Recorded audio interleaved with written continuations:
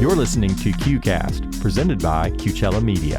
Please consider giving generously to Qcella's nonprofit mission. To find out more about our mission and to make a donation, visit our website at qcast.qcella.org. Your tax-deductible donation will help us continue bringing you quality podcasts just like this one.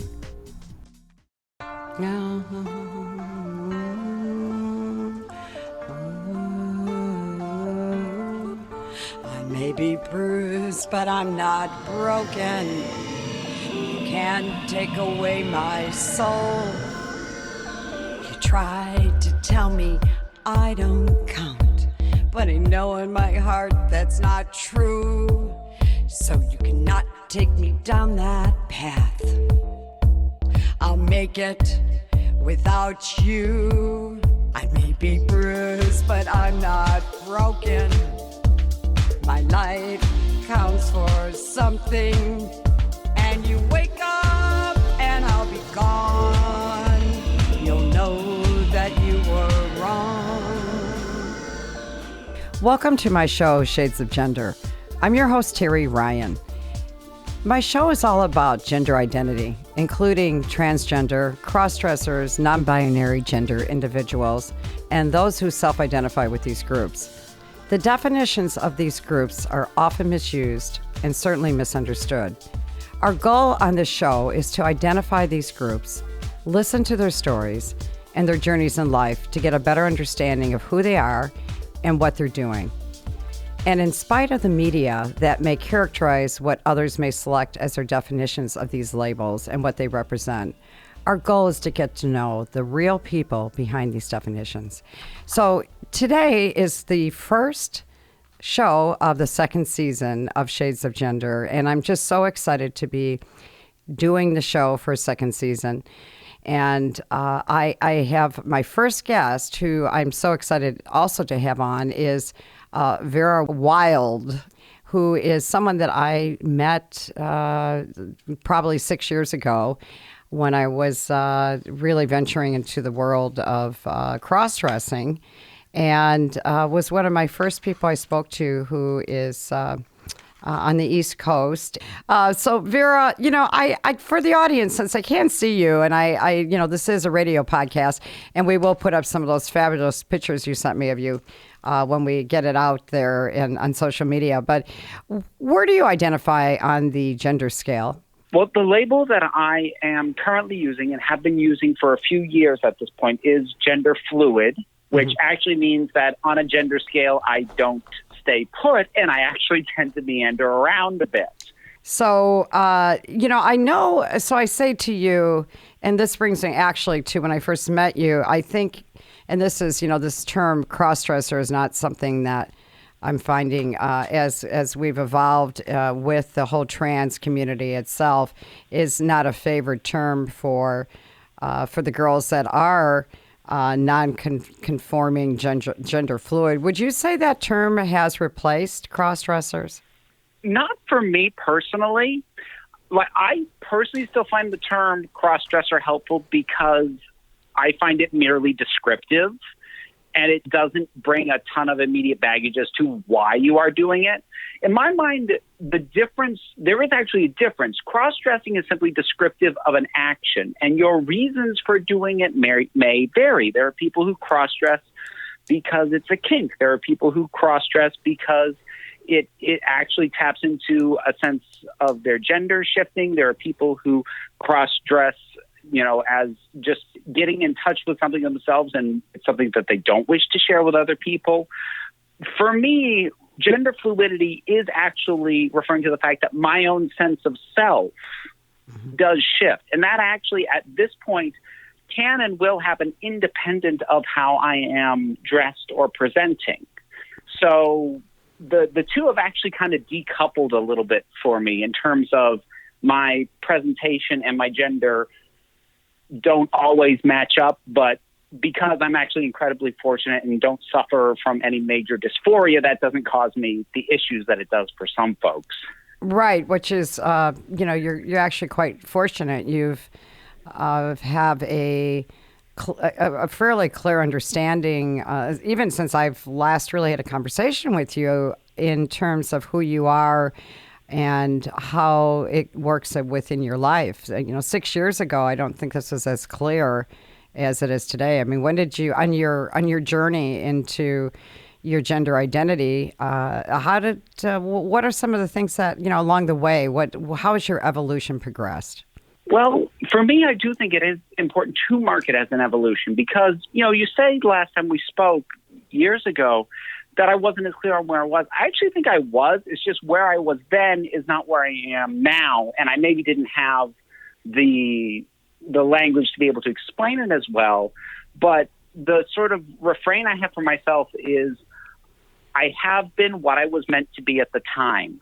So for me, getting more comfortable with my gender fluidity and also involves accepting that this is liable to continue to change, and that earlier points in my life when I either wasn't dressing at all or identified as a cis male who sometimes put on a dress or felt differently about myself than I do now, it wasn't that I was incorrect about who I was. That was who I was then, but I've kept changing. Because for a lot of trans people, their journey is one of, I've always been this, and maybe it just took me a time to realize it. I actually do feel for myself, I have just continually been changing.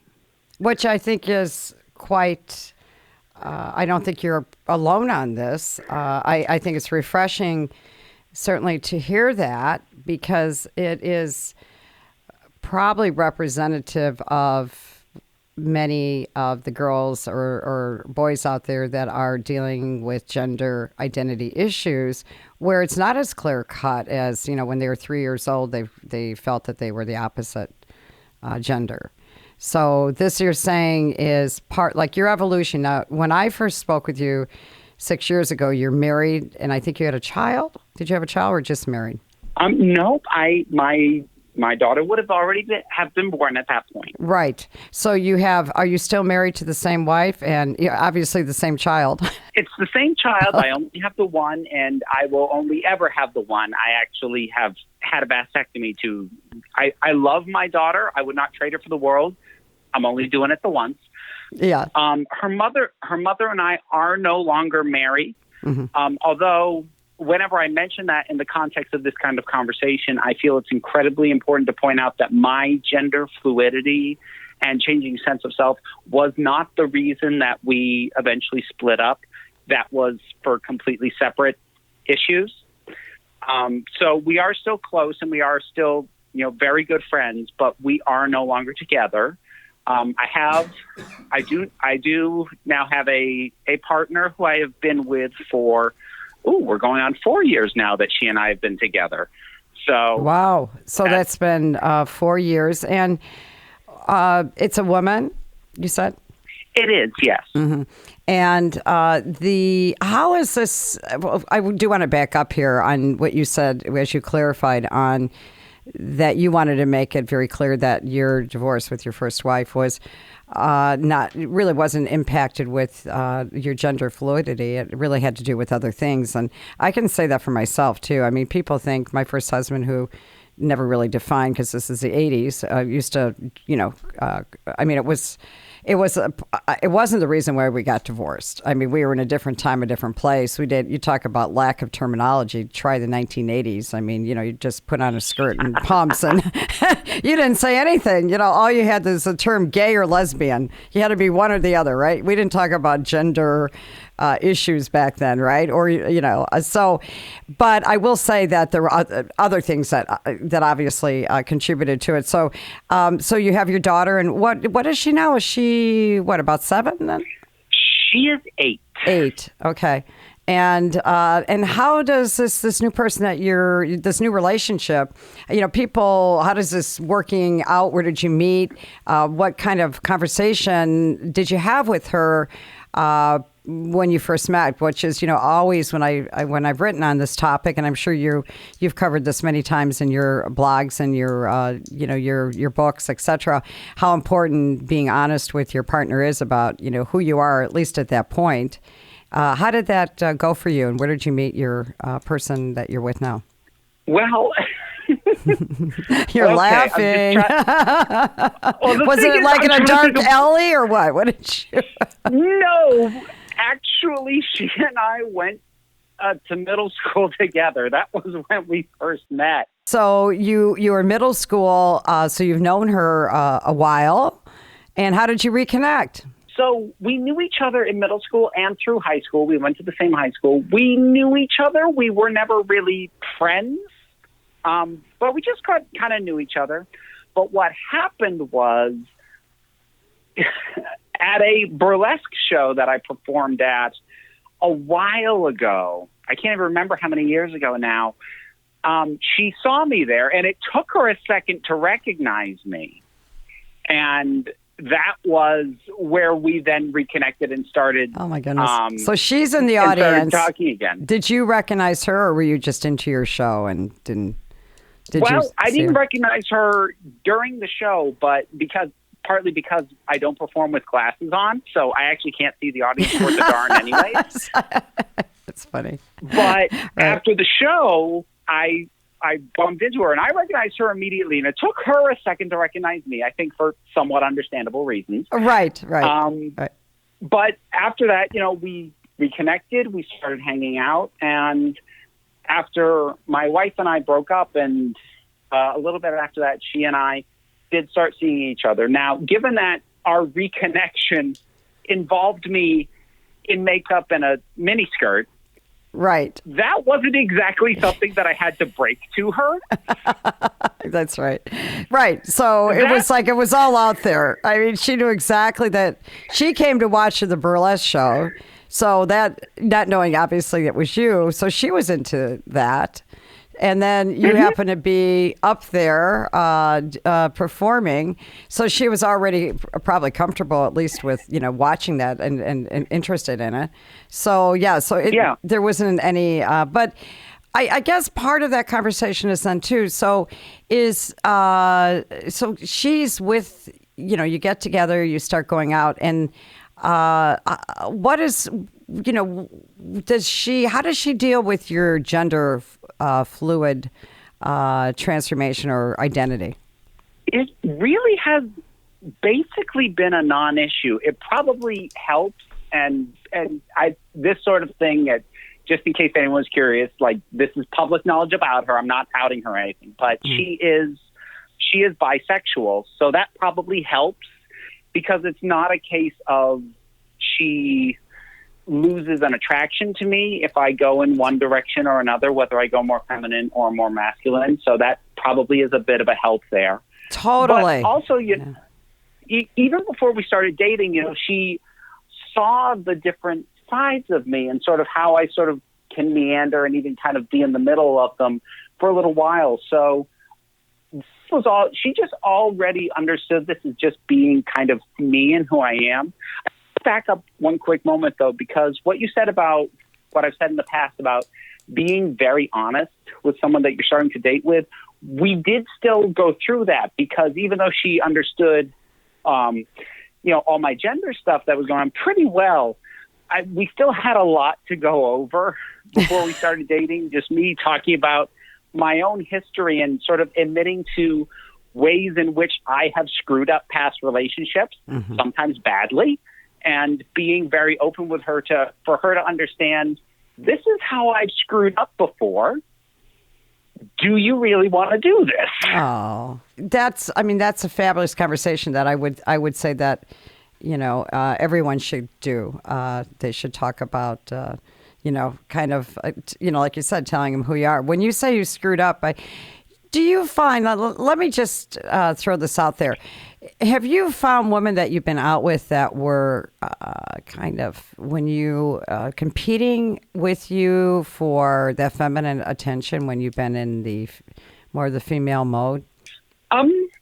Not personally, no. Like, I feel like that's something that I see expressed rather often as a fear that either one side or the other of a relationship with a gender variant person will have. My own, and I'm not going to say that it never happens because I can't speak to other people's experience, but in mine, it has happened, I don't know, maybe 5 times in my life to any degree that I ever noticed. And even then, not very severely. So and I don't know if that's indicative of it not being a widespread problem or just me like having really good taste in friends. Right. Well, you're dealing with people that are secure. I just would say that when you have a woman that is involved with you and you're like I have a friend who's transgender and is with her wife, and I find that her personality first of all, it's personality span, just having her wife, really coming full form into her transgender self. It's the personality of her wife is not very. Is kind of not as outgoing as her wife, so it's a little bit more of the personality. So we can't just say it's gender. So let's go back on. I want to go back a little bit on your early days when you were growing up. Tell me a little bit about your background, your family, and then kind of like your early, because as you said, your gender fluidity has, you've morphed as time has gone on and evolved. But so when you were young, when did you get attracted in the typical cross-dressing stories that I've heard early on of self-identifying or wanting to dress in a woman's clothing? So I was raised by my mother. She was a single parent. And the first point in my life where I could say like I made a conscious decision to try on feminine things was probably around 10 or 11. Prior to that, I did like at one point we lived in a duplex and the people on the other side had girls who were a little older than me. So like I would play with them and they dressed me up in their stuff. But I was young enough that I don't really remember that. I do think it's worth mentioning though, because that was never treated by either my mother or their parents as something that was off, me being in a tutu and a blouse or trying to walk in heels. So I think that was important in that it kind of engendered the sense of there's nothing wrong with this. There was never, any shame or especially like, at 10 or really 11, shouldn't be dressed like that. Right. I mean, at 10 or 11, you're kind of getting to preteen. So, it's not a 3-year-old. So you had probably pretty open, family, or your mom was pretty open. Was it just you as an only child? My mother always made me feel very safe in my own home. Now, I didn't come out to her for a long time, but she always gave me a sense of feeling very safe about myself. Now, I have tried and failed to really kind of reconstruct what made me want to start trying on some of her things or her jewelry or whatnot. I don't remember why I started initially, and it could honestly very well have been boredom because I was a latchkey kid. She was a working mother. I got home from school anywhere from 1 to 3 hours before she got back from work. I had long stretches alone in the house with only so much to do. Right. So you're by yourself. Your mom's working. You're home from school. You're waiting for your mom to come home. You've done your homework, and you're sitting there. And let's say you're in a suburban area outside of a town in Vermont, and you're just watching the snow come down, and you've watched some TV, and you're like, well, what else should I do? So I don't know. That's funny. So. Did your mom ever catch you trying on her stuff? She never did. No. I always knew roughly when she was going to be home anyway, so that I was never caught by her. I was probably 25 when I came out to her, and I probably could have done it sooner than that, but a big part of why I delayed coming out to her for as long as I did was I knew she was going to have a lot of questions. I never feared that she was going to judge me. That was never a concern, but I knew she was going to have a lot of questions about, well, does this mean this? Does it mean this? And until about 25, I knew I wasn't going to have a ton of answers. And I wasn't comfortable answering her questions with, I don't know.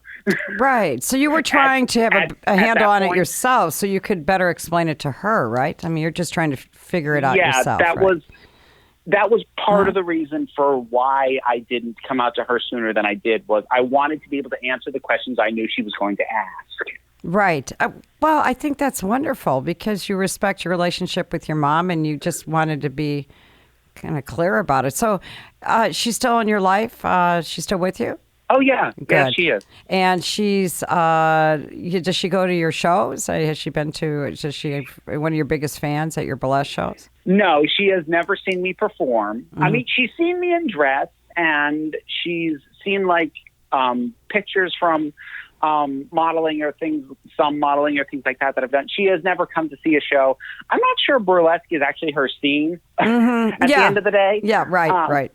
But she's fully aware, and she made me my first pair of tearaway pants.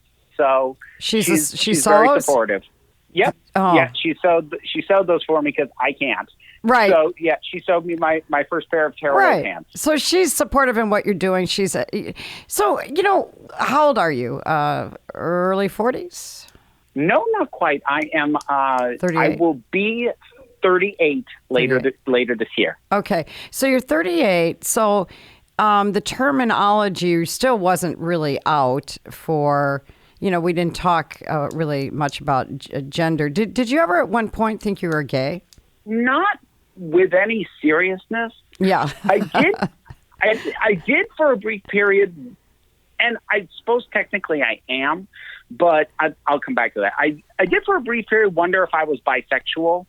Mm-hmm. And I am, but I was wondering it in like a 50-50 split way, which is not the case. I very heavily favor women. Mm-hmm.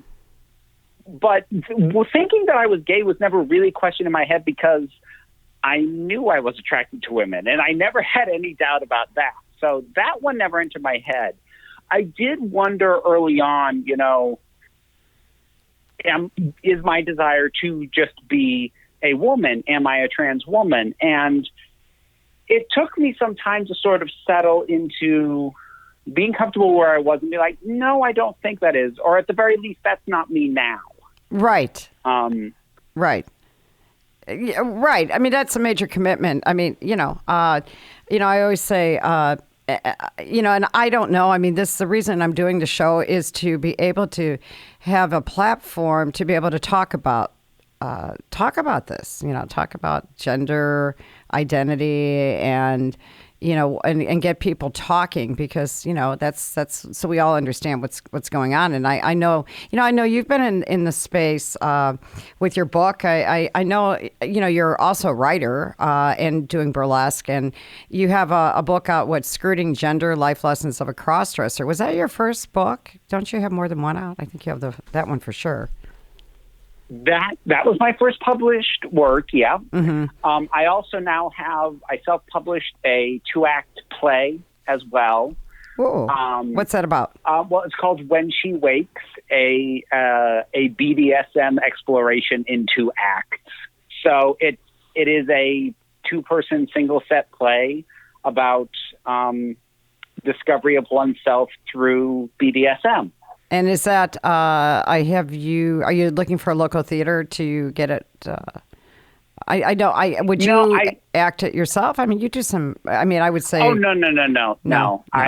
I wouldn't be, like, neither of the characters in that are direct surrogates for me. Like, my sensibilities inform both characters, but neither is a proxy for me. Mm-hmm. And I would have loved to have been able to get it staged, and I do have some connections in, like, the local community theater. The problem is, because of the subject matter, the people who I know aren't going to be willing to put it on, and I don't have the inroads at any of the edgier sorts of groups that might be willing to do it.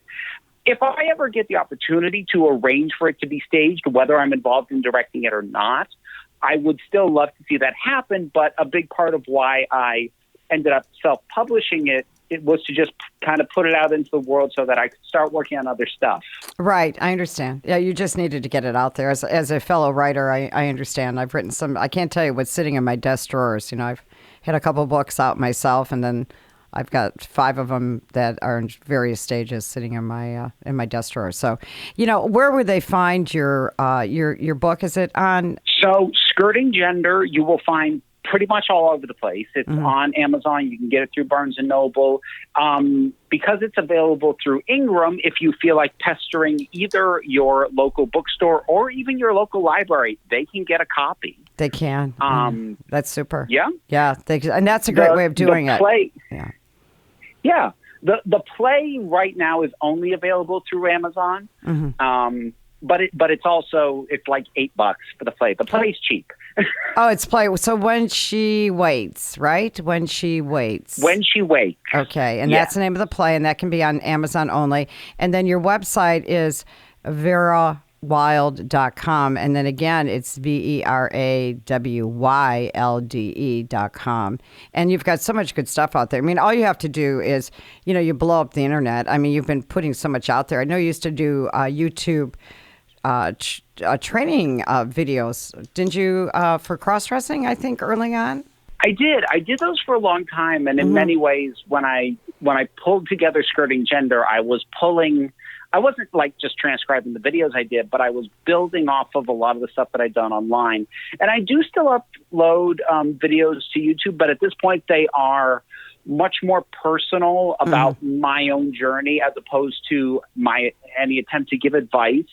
Right. And part of the reason I had that shift was because I did it for so long that I honestly kind of felt like I talked about everything that I felt comfortable trying to cover. And at that point, the questions I were getting were just new forms of questions I'd already answered. Right. So it made sense to sort of shift the format and sort of direct it more inwardly. I only did 2, maybe 3 videos this past year, but they were much more personal and much more sort of intimate looks at sort of myself and where I'm at and how I approach my own life. Right. So they're more, your own testimonials, your own memoirs of really joining in on your journey and sharing where you are. I'm sure you have people that are following you that, I found so many people still, especially the cross-dressers, the people that are dealing with gender identity, that are, still hiding. They're not even out. And that was always my big thing is the kind of fan mail, I guess, as you call it, or correspondence that I get when I write my blog. I still write that Shades of Gender blog, which I will put our interview a link to on it. But, I still see so many people write me, and they're still sitting, no one knows, their wife doesn't know no one knows what they're doing, and they're still feeling tremendous guilt about it. And I just always felt so sorry for these people. And it's time to come out to become our authentic selves. And like you said, what I love about where you are in your journey, and I look forward to continuing to follow you on your journey, is how you've evolved and that you're not trying to fit a box. You're just trying to be who you are within the gender identity, within your gender fluidity, right? That is pretty much it. And I agree. It is disheartening to still sometimes get, correspond, because I do still get correspondence, even though I don't still, solicit it, right, to answer questions as much as I used to. But it is sad to see that. But what I will say is I do feel on a generational level, it is getting much better, because the vast majority of stories I hear about people who feel like they can't come out are people my age or older. Generally, dealing with the younger generation, occasionally you run into people who are afraid to come out to their parents because they worry about an intolerant home, but it's not a fear of like, I feel somehow wrong. It's just them recognizing maybe an unsafe setting. I do feel that, broadly speaking, the level of acceptance is getting better with the new generation. I would say noticeably. I agree with you. The younger people that I spoke with, that I've had on the show, and I've spoke with the parents of younger children. I mean, they're actually someone in their. What's happening is someone in their class has come out in high school that's, that's gender fluid or trans, and they are very conscious of using the right pronouns and respecting that individual. So I think we've come a long way since, I started, again, this journey 6 years ago, really, of getting to know the people that are dealing with gender identity issues. And I have to say, that gives me great hope, and I think that it's going to be a much easier path. I mean, no, still, it's especially for the trans people that are totally changing their body to reflect who they feel that they should be or are. It's not to be taken lightly, and I think that all of this is still confusing for some people. But I do think that it helps when you have people around you accepting. I will say one thing though, and this is one last question for you. I did hear a statistic from one of the people that that is involved in the transgender community, and they said that they did a survey in California at a high school, and that 22% of the student population in high school identified as gender fluid.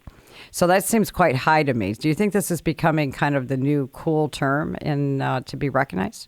I've heard that question and that statement before, and my answer to that is not really, because here's the thing that you need to, and because I think people have a tendency to forget what being a teenager is like. Mm-hmm. Mm-hmm. When you're a teenager, you're trying to figure out who you are. Whether that is a question that involves your gender or not, everybody at that age is trying to figure out who the heck they are and who the heck they're going to be. Mm-hmm. So that kind of casting a broad net to figure out what fits is very appropriate for that age. So what I'll say about something like a 22% number, I do believe it is high insofar as you check in with that same populace in 4, 8, 10 years, it's going to be significantly lower. But I feel it's important to think, I don't believe that it's because people are saying it, quote unquote, to be cool.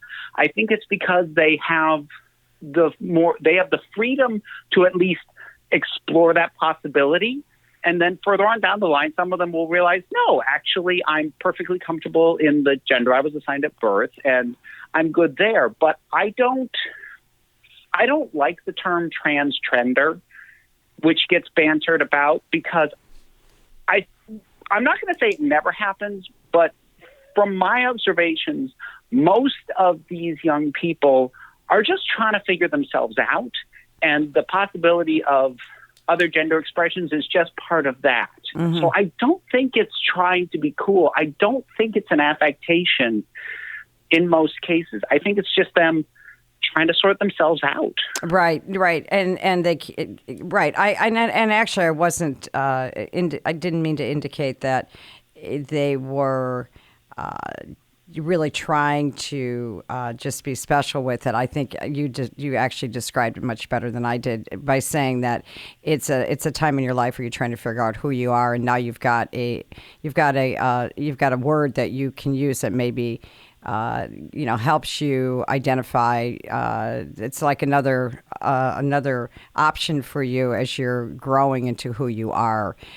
Which is, by the way, another story. I'm going to have to wrap it up, Vera, but I'd love to have you back. And what I want to talk to you about next time is about this, because you're so, I think, right on and so good at being able to express yourself as to your journey and the journey of who you are, and talk a little bit about kind of what's going on in this journey as people, children, like in high school, and when do you intercede as a parent to when a child says that they're gender fluid or they're transgender and they really want to stop their hormones to become something. And I think that's for another topic, and I'd love to get your take on that. So we'll hold on that for next time. And I really, really thank you for joining me today, and I look forward to having you back. I look forward to it. I had a wonderful time. Thank you so much, and good luck with that your show. I wish I was on the East Coast. If I ever get down there, I'd love to see you. I'm sure you're just fabulous. So I'm going to close out the show. And again, thank you very much. And I'd like to personally thank my audience today. Again, this is show number 1 of the second season of Shades of Gender. And I so appreciate you joining in the conversation and being part of this. Thank you very much.